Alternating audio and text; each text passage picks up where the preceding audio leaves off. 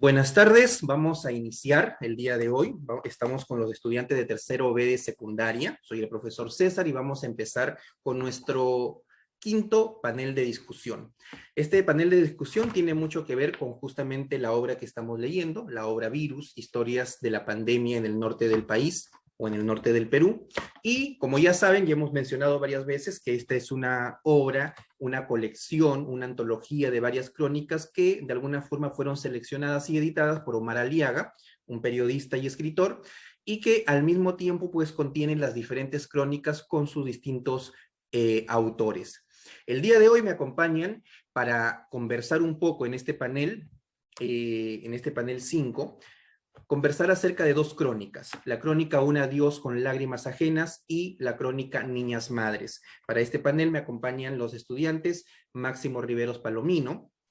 Hola Máximo. Para Juan Manuel Peñavaca, Angeli Maguiña, perdón, Cochachín Maguiña, bienvenida Angeli, y Lady Vargas Sandoval.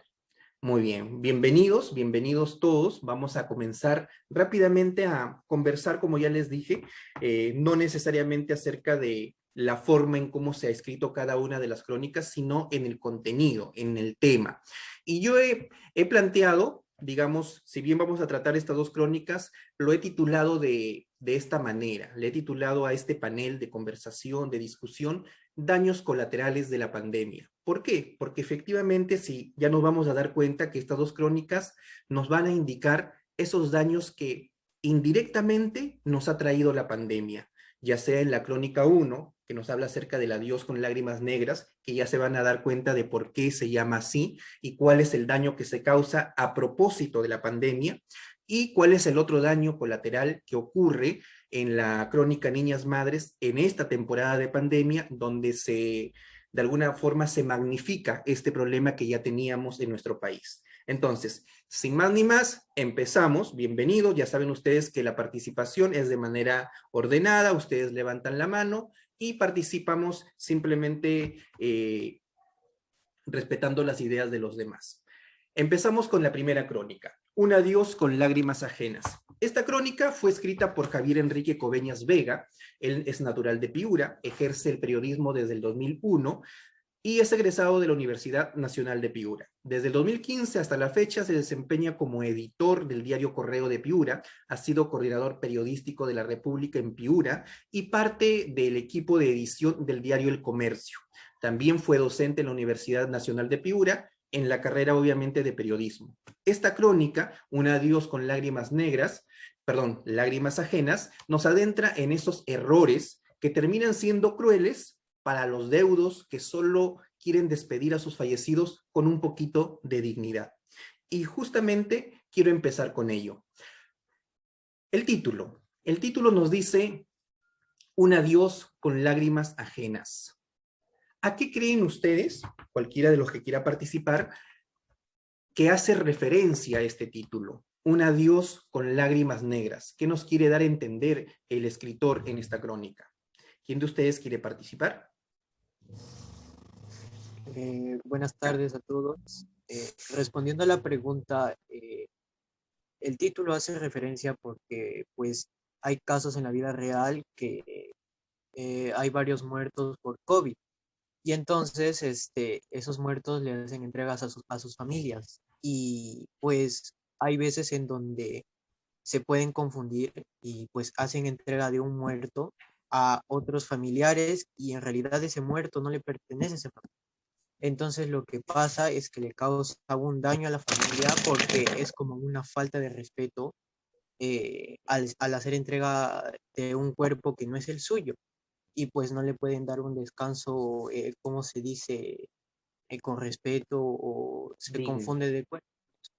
Ok, muy bien, efectivamente, ¿no? Ha mencionado claramente Juan Manuel acerca, de manera muy general, todo lo que enfoca, digamos, ese título de esta crónica, y efectivamente que nos habla acerca de estas confusiones, de estas negligencias que ocurren con los fallecidos producto de esta pandemia. Pero ya que nos mencionó Juan Manuel acerca de esto, ¿cómo nosotros podemos describir la situación que si seguramente va a ser muy similar a la de otras crónicas que ya nos han hablado acerca de esto de la pandemia, pero ¿cuál era la situación? Porque esta crónica se desarrolla pues en Piura, justamente en el Hospital Santa Rosa de Piura. ¿Cómo se vivía esa situación de la pandemia? ¿Cómo se encontraban los fallecidos por COVID en el 2020, donde era pues mucho más fuerte? ¿Quién de ustedes me... Muy bien, Lady, buenas tardes. Buenas tardes.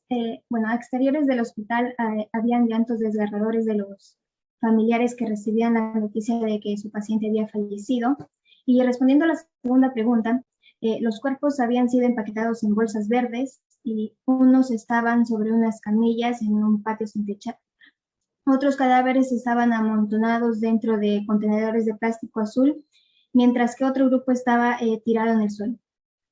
Miren la situación tan terrible que se vivía en ese entonces, ¿no? Y no solamente en Piura, sino en otras partes de nuestro país. ¿Tú estás de acuerdo también con esa mención que hace Lady Angeli? ¿Estás de acuerdo con lo que ha dicho tu compañera? Sí, buenas tardes. Sí, también, pero también creo que hubo preocupación y desesperación porque no sabían si su familiar estaba vivo o ya había fallecido.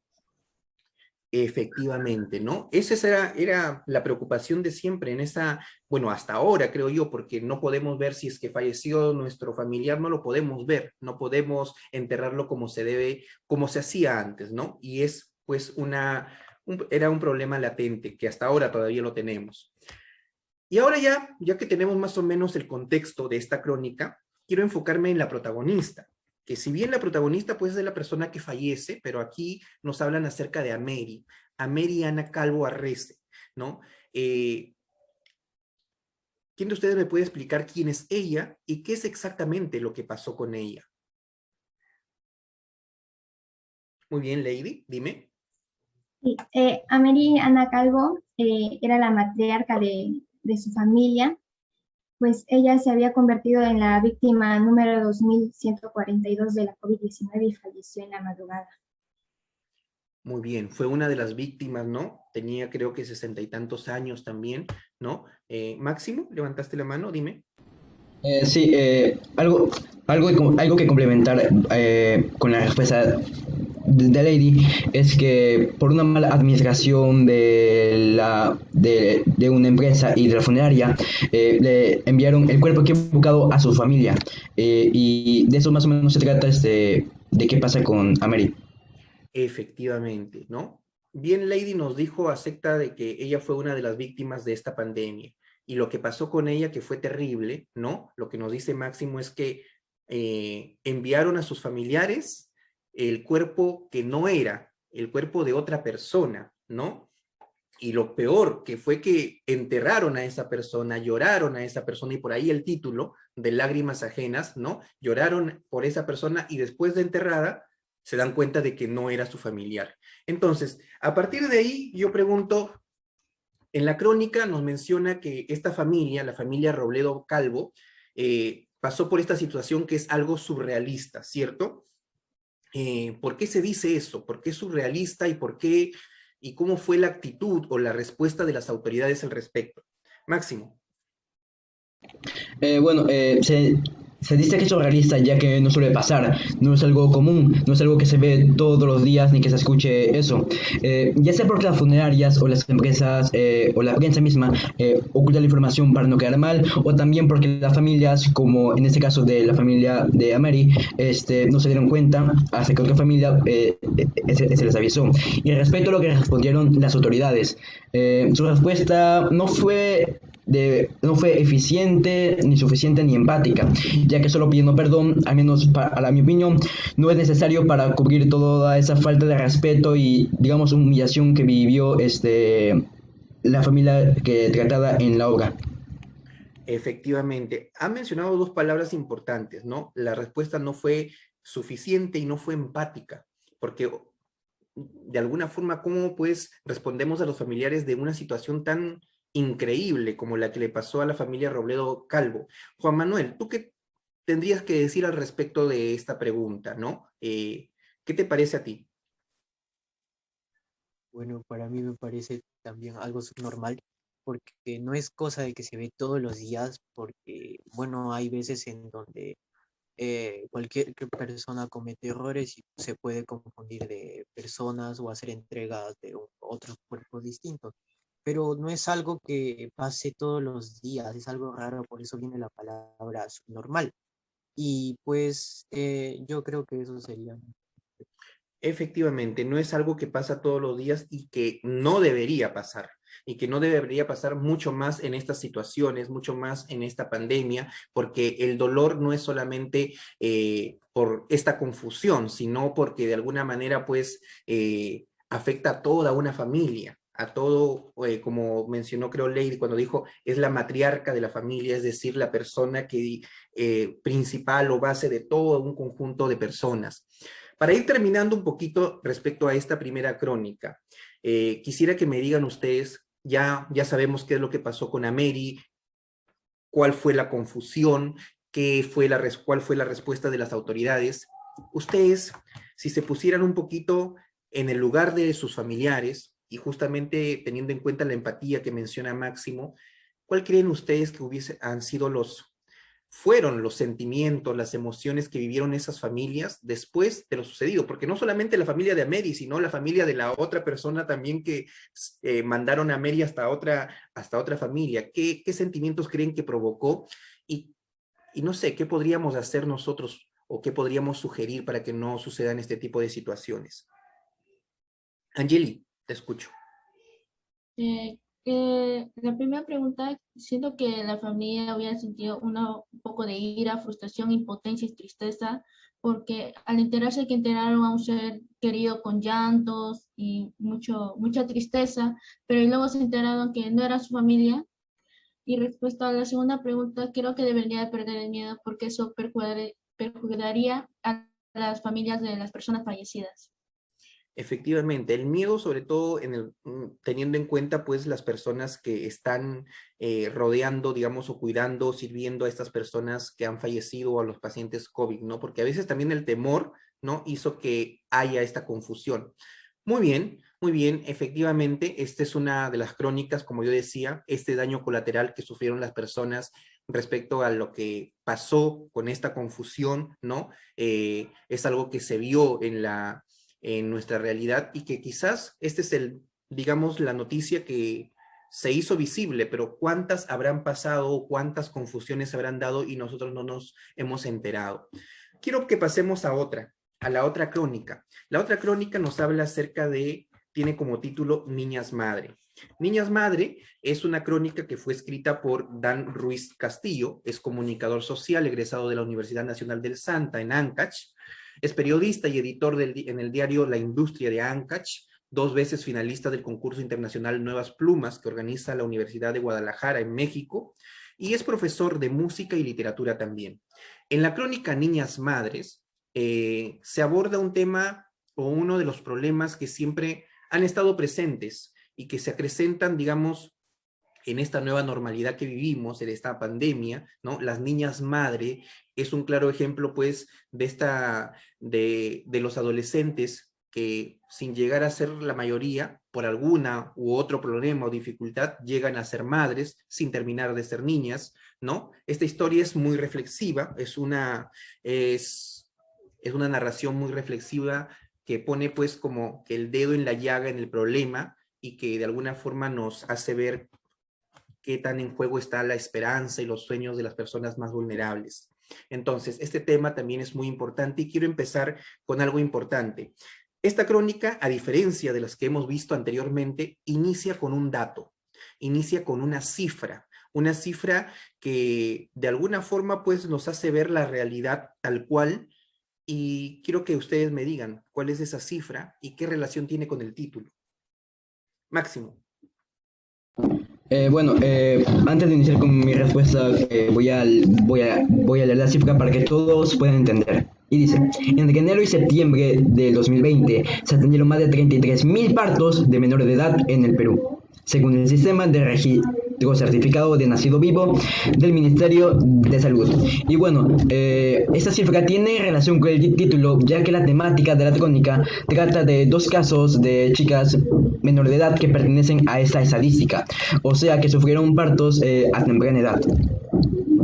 Efectivamente, ¿no? Esa estadística que nos habla acerca de que solamente entre enero y septiembre del 2020, del año pasado, se atendieron a 33,000, o sea, no 33, sino 33,000 partos de menores de edad en el Perú, porque justamente, ya lo vamos a ver en un ratito, hubo muchas dificultades o muchos problemas que aumentaron más en la pandemia, ¿no?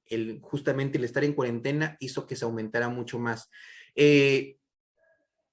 ¿Cuál es la situación que se narra en esta crónica? ¿Dónde ocurren los hechos? ¿Quién me puede decir? Lady. Sí, esta crónica narra lo que pasó una menor de 13 años al ser abusada por su tío y por su abuelo, y los hechos ocurrieron en el distrito de Santa, ubicado a 15 minutos de Chimbote. Efectivamente, ¿no? Justamente en Ancash, donde es este escritor, es donde ocurre este terrible suceso. Y en la crónica participan varios especialistas, varias personas, psicólogos, ¿no? Que hablan acerca de este tema, que es un tema muy importante también de tocar, y menciona, digamos, qué pasa hay una parte donde dice qué es lo que pasa por la cabeza o por la mente de estas niñas madres, de estas adolescentes que fueron, no sé, abusadas, y que también en algunos casos estas personas, sobre todo las mujeres abusadas, suelen sentirse culpables. ¿A qué se debe eso? Máximo, ¿qué me puedes decir tú? Bueno, según lo mencionado en la obra, como aún no se ha formado su personalidad, utilizan los mecanismos de defensa que ellas conocen, como por ejemplo la negación, es decir, que no aceptan su realidad. Lo que les produce es frustración, enojo, odio, rabia y muchos otros sentimientos negativos, pero mucho más si se trata de menores de edad, cosa que se sucede en las crónicas. Efectivamente, ¿no? Efectivamente, cuando hablamos, y el título lo dice, niñas madres que no han terminado su proceso de desarrollo, que todavía le falta vivir, experimentar, desarrollar, ¿no? Entonces, eso también es muy importante justamente para sobrellevar un tipo de una problemática como esta.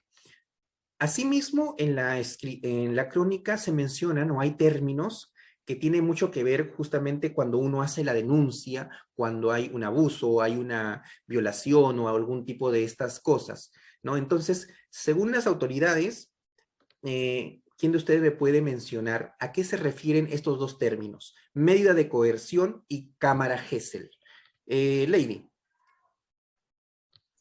Sí, la medida de coerción es prisión preventiva o preliminar a quien comete la acción. En este caso sería el abusador.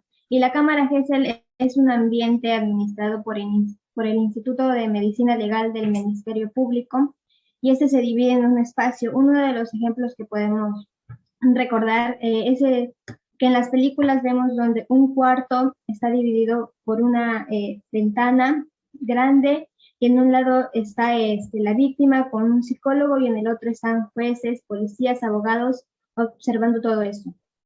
Efectivamente, muy bien, muy claro el ejemplo, ¿no? La medida de coerción es justamente que cuando yo hago la denuncia, quiero que por lo menos lo detengan hasta que se muestren las pruebas, ¿no? Que haya, antes de que se pueda escapar. Y la cámara Gesell, justamente como lo ha explicado muy bien Lady, es lo que vemos a veces en la televisión, ¿no? Cuando van a interrogar ya sea a la víctima o al victimario, lo colocan en un lugar y hay como un espejo, una ventana, que detrás hay personas que están no solamente escuchando, sino observando sus movimientos. Justamente para eso sirve esta cámara, porque ustedes saben que nosotros no solamente hablamos con la voz, sino hablamos con nuestros gestos, hablamos con nuestros movimientos, y eso es muy importante. Muy bien, y es bueno aprender este tipo de términos porque de alguna forma la lectura siempre nos ayuda a conocer un poquito más. Para ir finalizando, estas denuncias, ya lo mencionó Máximo al principio cuando dijo que solamente en el 2020 y hasta septiembre hubo 33,000 partos de menores de edad. Se supone que, y varios de ellos quizás por abuso, ¿no? ¿Tuvieron algún resultado las denuncias que se hicieron? ¿Cómo terminó la situación de la niña abusada? Y también se menciona, ya haciendo hincapié, también hay un programa que se menciona, el programa Aurora. ¿Quién de ustedes me podría hablar? A ver, Angeli, dime.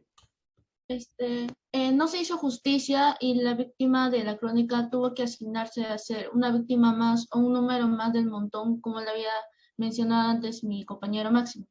Y la Aurora es un programa que se encarga de defender a la violencia contra la mujer. También tiene una finalidad de diseñar y ejecutar a nivel nacional acciones de política de atención y apoyar a las personas involucradas también en, de hecho, violencia familiar o sexual y contribuyendo así a mejorar la calidad de la vida de la población. Efectivamente. Lamentablemente, pues, como nos dice Angeli, la situación de la niña abusada, la denuncia que hizo, fue simplemente un número más, una cifra más, porque no hubo solución, no se investigó más. Es más, ahí se menciona que hasta ahora creo que la niña vive a metros de su abusador, ¿no? Entonces todo sigue normal, pero pese a eso, como dice también Angeli, hay programas como el programa Aurora, que trata de ayudar un poco, ¿no? No soluciona el problema, pero trata de ayudar, digamos, emocionalmente a las víctimas de este tipo de problemas. Muy bien, yo quiero felicitar a cada uno de ustedes, a Juan Manuel, a Lady, Angeli, Máximo, por este conversatorio tan bonito, pero quiero que terminemos con su última reflexión. A partir de estas dos crónicas, que como bien titulé, son pues daños colaterales, es lo que ocasionó de alguna forma la pandemia, ¿no? Porque estas son las dos crónicas que no hemos hablado específicamente de que fue porque se enfermó, ¿no? De este virus, sino porque lo que produjo la cuarentena, lo que produjo el toque de queda, lo que produjo todos estos días que estuvimos en casa. Entonces, quiero por favor su crítica, su comentario o el mensaje final respecto a estas dos crónicas. Te escuchamos, por favor, Juan Manuel. Bueno, para mí la primera crónica de Lágrimas Ajenas, mi reflexión sería que pues en distintos lugares del Perú pues puede haber cierta confusión y esa confusión puede llegar a provocar un daño a las familias y una falta de respeto al que murió. Y bueno, yo creo que se harían responsables las autoridades o no sé, pues denunciar o tomar cartas en el asunto sobre tal dicho problema. Y bueno, para mí en la segunda crónica de Niñas Madre, pues sería como que ahí tiene que haber responsabilidad también en los padres porque los niños de ahora o las niñas pues salen y los padres como que no le toman interés y bueno, tienen que tener cierta responsabilidad eh, pues al ver y criar a sus hijos, como así decirlo. Muy bien, Juan Manuel. ¿Qué me puedes decir tú, por favor, Angeli? Respecto a la primera crónica, creo que deberíamos perder el temor. Debían de perder el temor, como se había mencionado en crónica, una parte donde decían que los que trabajaban, los encargados que eran de entregar los cuerpos, no veían la cara de la persona ni buscaban su información, simplemente los entregaban así por temor. Y siento que eso perjudicó a la familia y eso también puede perjudicar una parte de su trabajo, ya que ellos se encargan de servir a las personas. Y respecto a la segunda crónica, que esto se lleva viendo muchas veces en la noticia, pero la mayoría nunca se ha buscado justicia para las niñas que han sido abusadas. Por lo tanto, creo que el Estado debe hacer algo en contra de esto para que esto no pueda seguir sucediendo. Efectivamente, y lo que acaba de decir Angeli me hace recordar un poquito en la crónica. En la crónica se menciona que justamente a lo que dice Angeli, que el Estado tiene que poner cartas en el asunto, porque se menciona que en Ancash, ahí en Chimbote, en Santa, en donde ha ocurrido este hecho, es donde más ocurre este tipo de problemas. Y sin embargo, no es el primer año, sino que ha ido en aumento en comparación a otras regiones. Entonces, y no se hace nada sabiendo que, digamos, ahí es un foco principal. Entonces, está muy bien eso de que las autoridades tienen que hacer, o por lo menos tratar de buscar alguna solución, ¿no? Para evitar este tipo de problemas. Muy bien, Angeli. Máximo, ¿ok? Máximo. De acuerdo a la primera obra, me gustó cómo está narrada, ya que te introduce a la emoción y sentimiento que quiere transmitir eh, la tónica, o al menos es como lo sentí yo. Y como reflexión para mí es que estemos atentos y verifiquemos todo para evitar errores y disgustos, tal y como pasó en la tónica. Pero lo digo tanto como para las familias, aunque es cierto que no tienen mucha oportunidad para hacer eso tal y como lo menciona en la obra, pero más hacia la funeraria y a las empresas de reparto, ya que si ellos hubiesen seguido bien las normas y eso, no hubiese pasado todo el drama y toda la situación que vivió la familia de América. Y respecto a la segunda obra, me gustó, ya que trata de un tema no muy mencionado, o más o menos yo no lo escucho mucho, pero que sí pasa y muy a menudo. Y como reflexión me deja que debemos tener mucho cuidado en dónde dejamos a los menores de edad y también a las personas de nuestra edad, de mi edad y de mis compañeros, ya que sin darnos cuenta podemos estar viviendo esta clase de esta clase de situaciones. Es cierto que, si bien como dijo Angeli, las autoridades tienen que poner cartas en el asunto, nosotros también, como seres humanos, como gente de a pie, se podría decir, también tenemos que tomar nuestras precauciones porque convivimos con, con adultos, convivimos con niños, adolescentes y siempre tenemos que tener cuidado. Finalmente, Lady, ¿cuál es tu comentario final? Sí, en la primera crónica, bueno, que ya no haya más informalidad de trabajadores porque esto puede ocasionar un intercambio entre de los fallecidos y va a generar tristeza en los familiares. Y en respecto a la segunda crónica, que hasta un ser querido o cercano puede llegar a abusar de nosotros y si conocemos a alguien que está pasando así, debemos de apoyarlos y siempre denunciar. Exacto, buen punto. Lo último que acaba de decir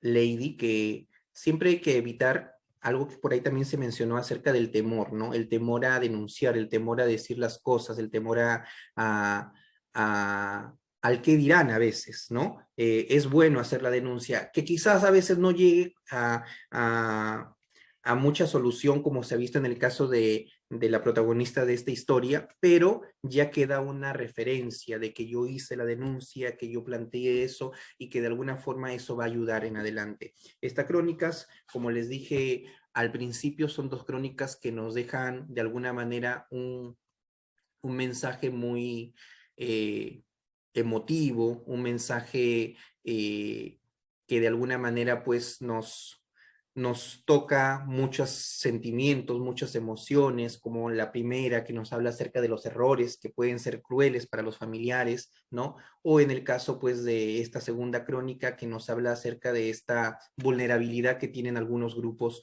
como en este caso los niños, las niñas y los adolescentes.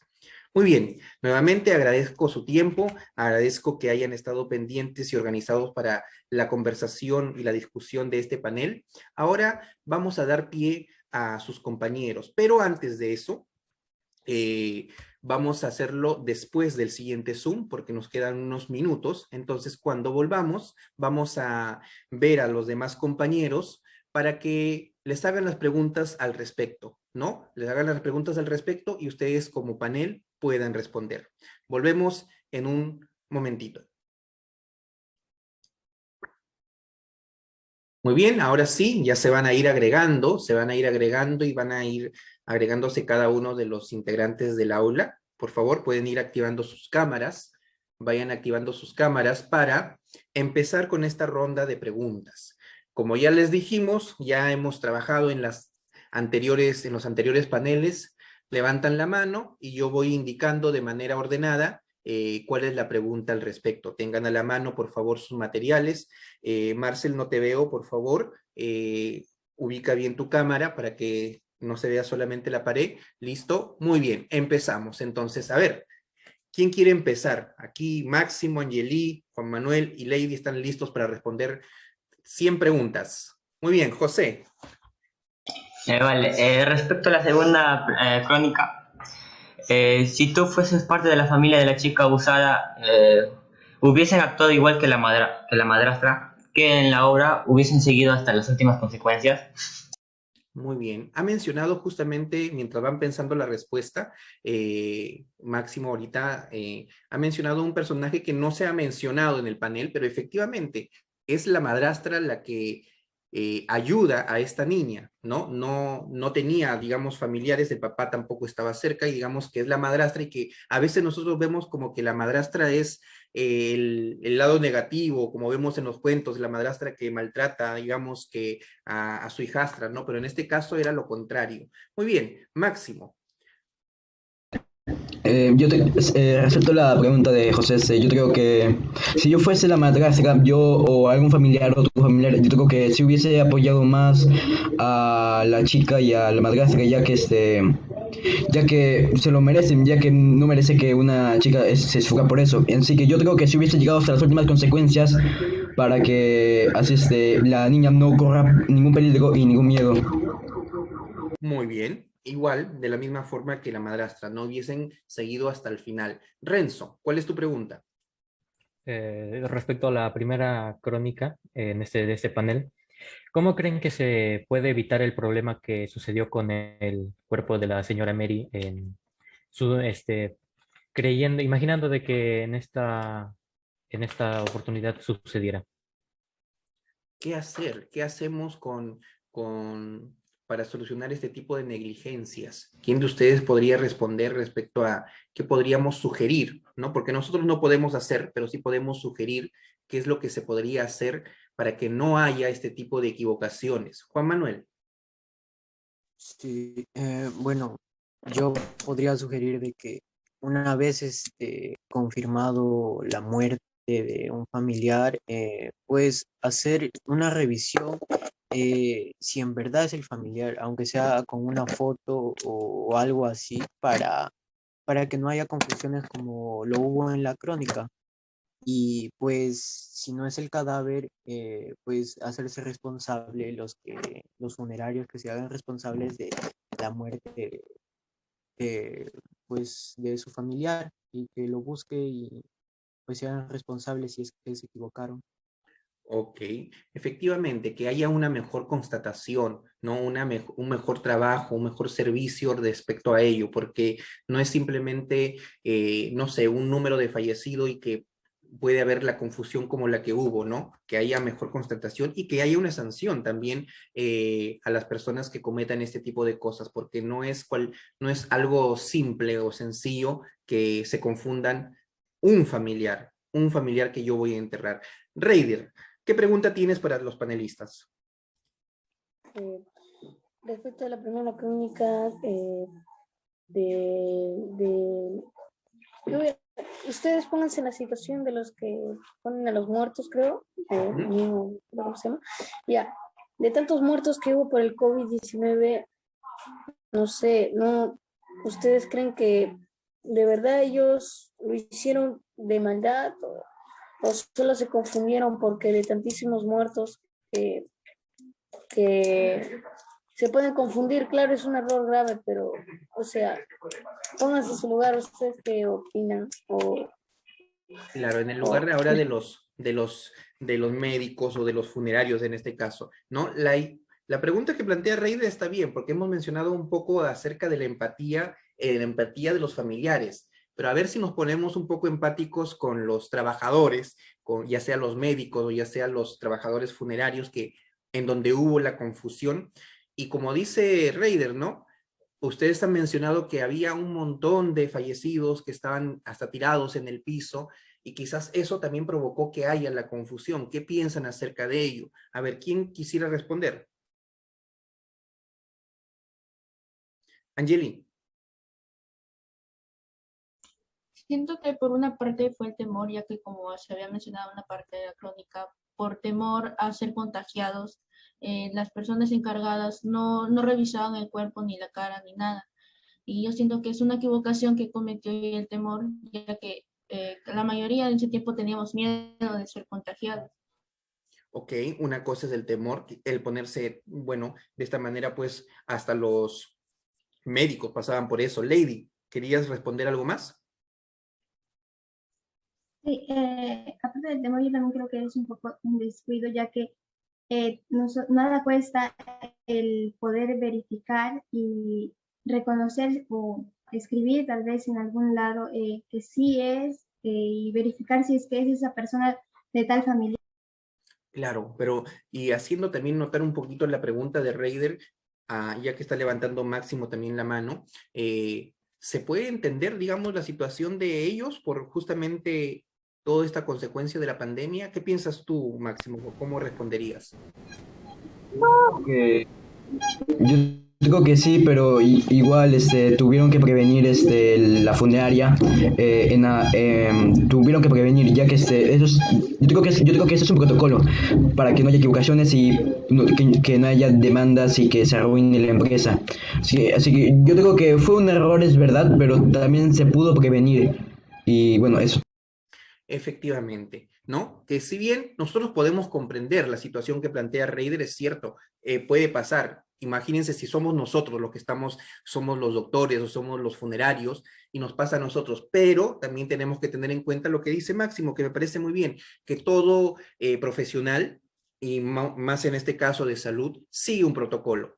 Y tenemos que tener cuidado con este protocolo, ¿no? Y obviamente que también tenemos que ponernos en el lado de ambas personas. Y es por eso que también seguramente en la crónica se menciona, ¿no? Que los familiares de Ameri no continuaron con esto, porque tampoco lo sintieron como que, bueno, sí, sufrieron, fue feo, pero continuar sería como que ahondar más en esta problemática.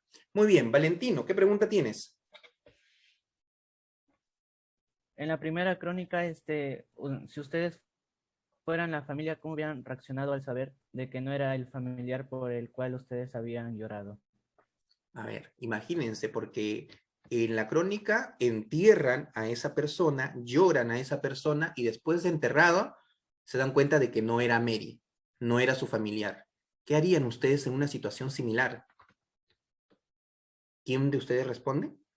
Juan Manuel, muy bien. Bueno, pues al enterarme de que pues murió un familiar mío, yo obviamente voy a sentir tristeza, pero peor al saber que ese familiar por quien lloré no era. O sea, yo me sentiría molesto y pues indignado porque le faltaron el respeto a un familiar mío, y pues yo tomaría cartas en el asunto y buscaría una solución. Ya, muy bien. Es el punto de vista de es que cada familiar va a responder de manera diferente, ¿no? No todos respondemos de una misma manera. Y está bien lo que dice Juan Manuel, porque también es una falta de respeto, una falta de consideración, una falta de empatía, ¿no? Tenemos también a Heiner y luego tenemos a Renzo. Muy bien, Heiner, tu pregunta. Sí, profesor, sí, si pudieran en el caso de de ser parte de la familia, en la primera crónica, ¿ustedes hubieran pedido indemnización a la funeraria por aquel acto? ¿Por qué?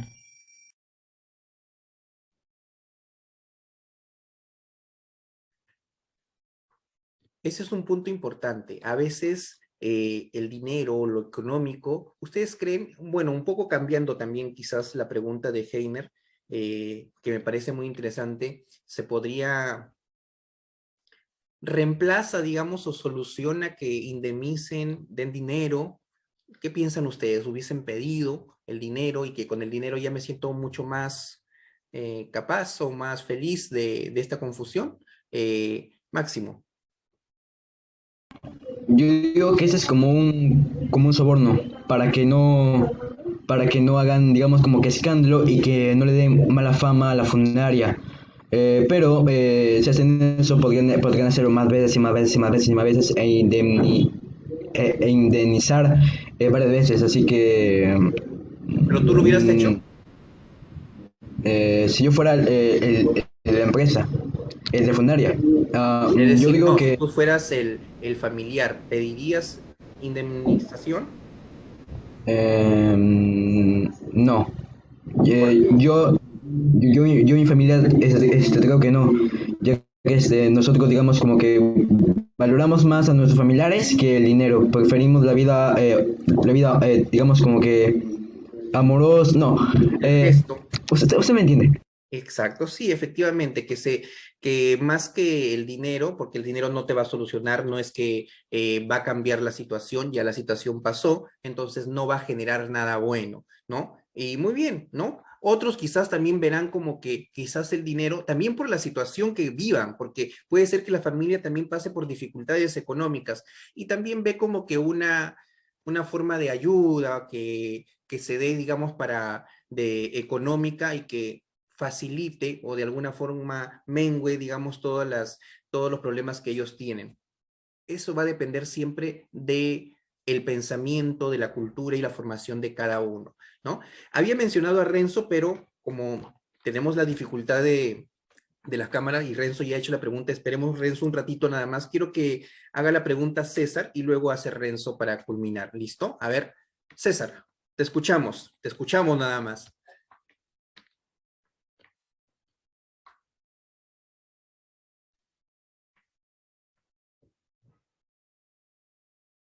¿Ah? ¿No hay? Entonces Renzo, ok. Pensé que estaba por ahí. César. Bueno, profesor, Ya, listo, César. Te escuchamos, César. vemos, no sé, a mujeres pasar así con minifaldas y eso ahí. ¿Ustedes creen que al usar eso les da un derecho a que sean abusadas? Muy buena pregunta. Si bien se sale un poco del contexto de la lectura en sí, pero efectivamente la vestimenta puede determinar de que, la vestimenta que use en este caso una mujer puede determinar de que cualquiera, digamos, pueda sobrepasarse con ellas, ¿no? Angeli creo que levantó la mano, o Lady. Sí, bueno, no es por cómo se vistan, no tiene de ser abusadas, de que cada uno es libre de vestirse como desea, ¿no? Y no por utilizar un escote o una minifalda, un short, tengo que ser abusada o me tienen que decir alguna cosa en la calle. Efectivamente. La vestimenta no determina nada, ¿no? Es un pensamiento machista más que todo, ¿no? Porque justamente los machistas dicen, pero se viste con minifalda, con los escotes que usa, entonces que, porque se viste con minifalda, entonces que la violen. Eso no es, eso es es prácticamente pues una tontería, ser absurdo pensar eso, ¿no? Obviamente que cada quien, como dice Lady, se viste como prefiera, como le guste, y es su decisión. Pero muy aparte está de que no porque se vista así lo voy a abusar o voy a violarla, ¿no? Hay que tener mucho en cuenta eso. Creo que más que en la vestimenta tiene mucho que ver los valores con los que nos formaron, los valores con los que crecemos. Eso es lo que determina este tipo de situaciones. Renzo, ¿cuál es tu pregunta, por fin? Disculpa. Ahora según la crónica 2, ¿qué acciones pueden tomar tanto los padres como las autoridades para acabar con las violaciones a menores? Ok. De cierta forma se mencionó en grandes rasgos en el conversatorio, en el panel, pero a ver, ¿qué dirían ustedes específicamente? ¿Quién de ustedes quiere responder? Angeli. Siento que los padres deberían de tomar responsabilidad y no dejar a sus hijos con familias que ellos sientan que puedan pasar algo. Y respecto al Estado o seguridad, creo que deberían de tomar cartas en el asunto, ya que esto es un problema que se ha venido ya desde hace mucho, pero nunca han hecho nada. Efectivamente, nunca se ha hecho nada. Digamos que de alguna forma, pues las autoridades en este tipo de problemas no nos han brindado, digamos, que la ayuda necesaria. Y por eso es que es importante, como dice Angeli, partir de uno mismo, desde las familias, ¿no? Desde la educación, sobre todo, desde la formación, como mencionaba antes, ¿no? La formación a través de los valores, a través del ejemplo y el respeto que se debe dar tanto a la mujer como al hombre. Muy bien, no sé si hay alguna otra pregunta para ir finalizando. Por ahí. Acá tengo una pregunta que me han hecho digamos, a mi chat personal, porque no pueden utilizar su audio, y a ver, les voy a plantear. Dice, si bien muchas madres adolescentes son abusadas o no sienten, o a ver, si bien muchas madres adolescentes abusadas o no, listo, sienten cierta frustración al quedarse embarazada y quieren a veces abortar, ¿ellas tienen el derecho de llamarse madres? Creo que ahí va la pregunta en cuanto a este tema que es también muy controversial. Porque sea menor de edad o porque sea adolescente, ¿ustedes piensan que el derecho a abortar sería, digamos, que la solución? ¿Qué piensan? A ver, ¿qué dicen ustedes? Teniendo en cuenta que es un abuso, teniendo en cuenta que son menores de edad. A ver, ojo que la opinión no hay opinión correcta a esto, sino es una opinión personal. ¿Listo? A ver, Máximo y luego Angeli. Yo digo que se tiene el derecho a abortar, pero esto puede depender de varios factores, como por ejemplo la familia, ya que quizá le pongan presión a la niña de que, por ejemplo, de cómo vas a abortar, que por qué piensas eso y todo eso, pero considerando que fue un abuso, que es menor, que le está causando pensamientos negativos y hasta quizá del suicidio. Yo digo que por su salud mental, física y también por el lado académico, yo digo que, y si la niña está de acuerdo, yo digo que sería para su vida en sí un poco mejor digamos, abortar y ya más adelante, ya si quiere, pues ya que tenga aunque eso quizá le puede causar muchos problemas, pero es que es una pregunta un poco difícil. Es muy difícil, es muy difícil. Muy bien, a ver, Angeli, ¿tú estás de acuerdo con lo que ha mencionado Máximo o piensas diferente? Una parte sí, profesor, y otra no, que puede que más adelante, al momento que ya la chica decidió abortar por un abuso que es de un familiar que para ella fue un ser querido que le haga esto, puede ser como un arrepentimiento más adelante y se ponga a pensar un día que por qué hizo eso, por qué mató a alguien, prácticamente se iba a matar a alguien como un ser, porque dentro de ella había un ser vivo. Y puede que sí más adelante sea madre y y si a un día su hija llega a pasar eso, ella va a aprender y va a hacer todo lo posible para que se haga una justicia. Efectivamente, muy bien. Las respuestas son válidas porque va a depender también de sus propias creencias también. Acá yo tengo otra pregunta y luego vamos a terminar con una pregunta de Harold, que también me está planteando, ¿no? Y con él terminamos. Pero acá hay una pregunta, dice, ¿qué hubiesen hecho justamente en esta situación si la persona abusada hubiese sido alguien cercano a ustedes?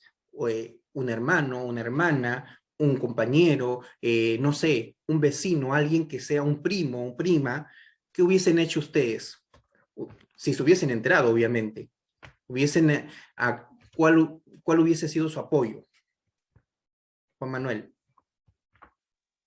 Sí, si hubiera sido un familiar mío, pues yo obviamente me sentiría mal y me sentiría enojado porque abusaron de un familiar mío y como es mi ser querido, obviamente voy a sentir esos sentimientos. Y pues yo, si fuera un familiar mío, buscaría apoyar y buscar justicia a quien hizo eso. Pero pues si es un conocido no tan cercano o es un vecino, pues los apoyaría y pues buscaría una solución a ese problema. Efectivamente, yo creo que a veces es muy difícil, este tipo de temas es muy difícil y el apoyo quizás es mucho más que, o el de la justicia, o puede ser el apoyo emocional, el apoyo que también busquemos con profesionales, el busquemos con otros familiares que en verdad nos puedan apoyar. Angeli, ¿habías levantado la mano? O, a ver, dime. Profesor, si me lo hubiera contado a mí como confianza y me dijera que no le dijera a nadie por miedo que haya un conflicto familiar, yo le diría que no le escondería, iría y hablaría con mi mamá o con su mamá y le diría que lo que pasó y que tomemos cartas en el asunto para que la persona que haya sido usada, la haya abusado, esté en la cárcel y no pueda seguir haciendo daño. Y también le diría que le ayudemos tanto psicológicamente y físicamente. Muy buena respuesta también. Efectivamente, creo que buscar ayuda de otras personas, en este caso de nuestros padres o personas adultas, que nos van a dar mucha más orientación. Y justamente lo que repetí antes, ¿no? El apoyo emocional, es decir, el entender también a la persona, el comprender, porque como dijo Máximo en algún momento acerca de lo que pensaban los especialistas, de alguna forma, pues, es esa frustración, esa negatividad que pasan por esa situación. Para terminar con esta ronda de preguntas, Harold, tu audio está bien, así que te Sí, escuchamos. profesor. ¿Cuál es la pregunta que tienes? ¿Por qué ustedes creen que las niñas y adolescentes, cuando sufren violación, por qué ellas se quedan calladas y pues cuando no se empiezan a sentir mal o cuando se dan cuenta que están embarazadas, recién comienzan a hablar y pues como han pasado varios, o sea, harto tiempo, digamos que ahí recién comienzan a hablar y cuando se van a denunciar a las autoridades, ya como no lo toman como si fuera una violación por lo que dicen que no hay pruebas y esto y el otro, y pues el violador, o sea, la persona queda libre, no la buscan y pues, o sea, sigue haciendo daño además niñas. ¿Por qué creen Ok. ustedes que pasa? A ver, es una pregunta bastante larga, ¿no? Bastante larga. Una parte que ya lo hemos contestado de alguna forma en cómo se sienten las personas que están así, de alguna forma es vulnerables. Es decir, y muchas veces sienten la culpa también de que lo que pasó fue su culpa, ¿no? Es algo emocional, algo que se cuida, que se va curando. Y si es que se va curando poco a poco, es simplemente con el cariño, con un tratamiento que sea psicológico, con el apoyo de las personas que se les quiere, ¿no? Pero siempre es importante, y yo quiero responder a esta última pregunta también como para poner una conclusión a este panel, es justamente el hecho de que es importante, como menciona Harold, no solamente ya no pude hacer, porque puede ser que una persona por miedo, temor, no hizo la denuncia al mismo tiempo, pero lo puede hacer un año después, lo puede hacer. Por supuesto que lo puede hacer. Y hay, ojo, Harold, hay modo ahora con la tecnología que es muy avanzada, hay modo de tener pruebas incluso pasado un año o años a la situación. Y es importante eso, la denuncia es importante. ¿Por qué? Porque eso nos va a ayudar a que esto poco a poco, pues, nosotros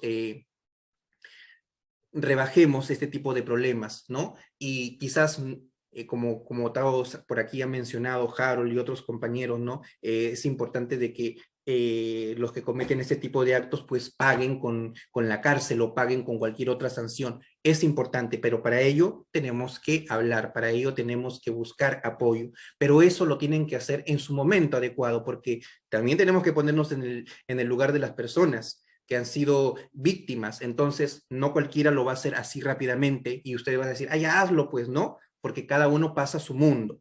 Y respecto al otro, para ya terminar, al tema de la primera crónica, que fue una de las crónicas también un tanto emotivas por esto del cambio de familiar, de difunto, ¿no? Es un tema que nos toca a muchos y creo que todos aquí hemos vivido en esta pandemia la pérdida de un familiar, de alguien cercano, y justamente también hemos tenido, como dice el título, ¿no? La especie de lágrimas, quizás no en este caso ajenas, pero sí lágrimas por familiares que no hemos podido despedir de una manera adecuada, pero que confiamos que nuestros trabajadores, las personas que nos sirven, hayan hecho un trabajo adecuado y nosotros no hayamos pasado por una situación similar a la que pasó a Mary. Yo quiero concluir de esta manera. Estos dos temas han sido temas bastante reflexivos, bastante emotivos, bastante ligados al sentimiento por los temas que se tocan, porque son temas que, digamos, se mantienen en el tiempo. Yo agradezco a Lady, agradezco a Juan Manuel, a Angeli y a Máximo, que han sido los protagonistas y los panelistas de este conversatorio, y también a los que nos han apoyado con su participación. Yo valoro bastante, yo acá estoy viendo también la participación de quienes están haciendo las preguntas, muy buenas preguntas, ¿no? Que se han podido desarrollar conforme a se ha dado todo este panel. Muchísimas gracias a todos ustedes. Y de esta manera pues acabamos, y ya nos faltan solamente 2 paneles que se van a realizar en las fechas indicadas.